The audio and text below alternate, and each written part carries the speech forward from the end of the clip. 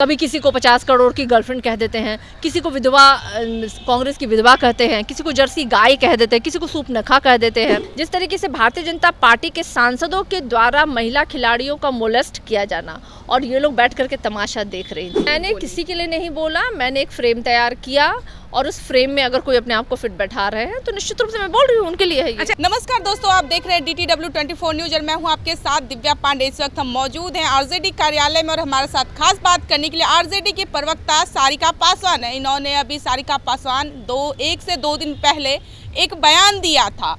उस बयान को पहले सुनिए कि क्या कुछ बयान में बोली है। अगर मेरी आवाज जा रही है तो सुनो। भाजपा की ट्रिपल एक्सल कमर्शियल सिलेंडर, दूसरे के भतार को चोरी करने वाली, गोवा में बीफ चिली बेचने वाली की माँ, कुकुर जैसा भौंकना बंद करो। आपका असली चेहरा पूरी देश की जनता समझ गई है। फेंकूबाजी और जुमलेबाजी की अकड़ को औकात में रह करके बोलो, वरना बिहार की जनता कालिक पोतने के लिए तैयार बैठी है। तो आप लोगों ने सुना कि सारिका पासवान ने केंद्रीय जो मंत्री हैं स्मृति ईरानी, उन पे कुछ 3 एक्सल वर्ड करके कहा है। क्या कहिएगा? देखिए, सबसे पहले तो मैंने किसी का नाम नहीं लिया और बावजूद इसके अगर मेरी कही गई किसी भी बात में अगर कोई उस फ्रेम में खुद को फिट कर रहा है तो निश्चित रूप से ये उनके लिए हैं और अगर वो ऐसा कर रहे हैं तो उनको अपने हरकतों से बाज आना चाहिए। राजनीतिक मंचों पे आप किसी के भी अगर नेता का या किसी भी वरिष्ठ व्यक्ति का अगर आप माखौल उड़ाएंगी, मजाक उड़ाएंगी तो भाई हम लोग आपको ईंट का जवाब पत्थर से देने के लिए यहाँ बैठे हुए हैं।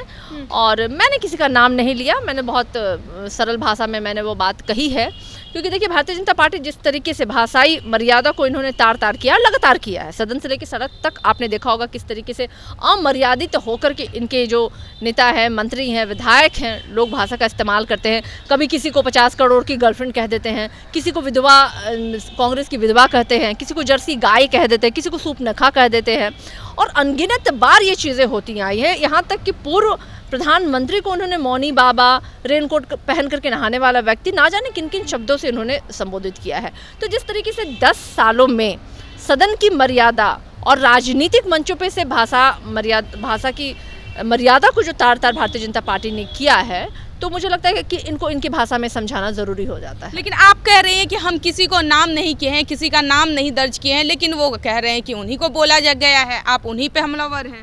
भाई, चोर की दाढ़ी में तिनका होता है ना, आपको पता है ना।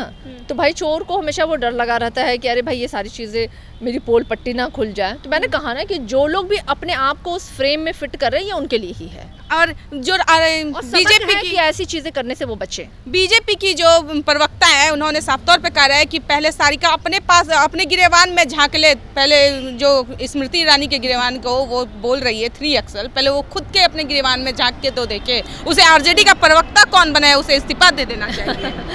देखिए, भारतीय जनता पार्टी को मुझे लगता है कि पुनः एक बार मंथन करने की ज़रूरत है। भाजपा शासित राज्यों में जिस तरीके से बहन और बेटियों का बलात्कार और हत्या हो रहा है, जिस तरीके से मणिपुर की घटना जो पूरे देश को जिसने झंझोड़ने का काम किया, जिस तरीके से भारतीय जनता पार्टी के सांसदों के द्वारा महिला खिलाड़ियों का मोलेस्ट किया जाना और ये लोग बैठ करके तमाशा देख रही थी, तो मुझे लगता है भारतीय जनता पार्टी के हर एक व्यक्ति को अपने गिरबान में झांकने की आवश्यकता है।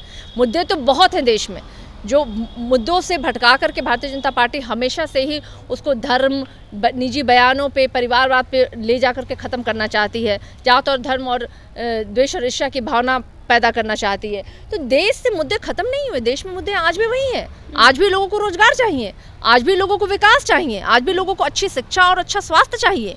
इन मुद्दों पे भारतीय जनता पार्टी कभी बहस और बात करने के लिए तैयार ही नहीं है, तो अनर्गल मुद्दों को लेके आती है। और हम यहाँ भारतीय जनता पार्टी के पीछ पे खेलने के लिए बैठे नहीं हैं।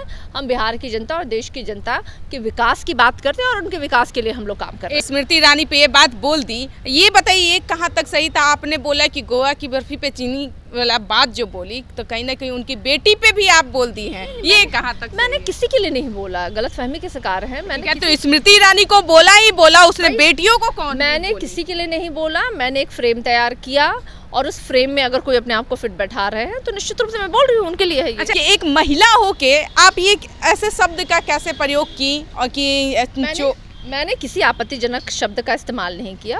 वो बहुत ही शब्द जो है ना, वो आम भाषा में हम लोग बात करने वाले प्रतिदिन में लोग इस्तेमाल करते हैं, तो मुझे नहीं लगता कि मैंने कोई ऐसी भाषा का इस्तेमाल किया है जिससे के लिए मौजूद इसकी अगर सरल भाषा पे भी भारतीय जनता पार्टी वालों को ठेस पहुंच रहा है तो उनको मुबारक हो।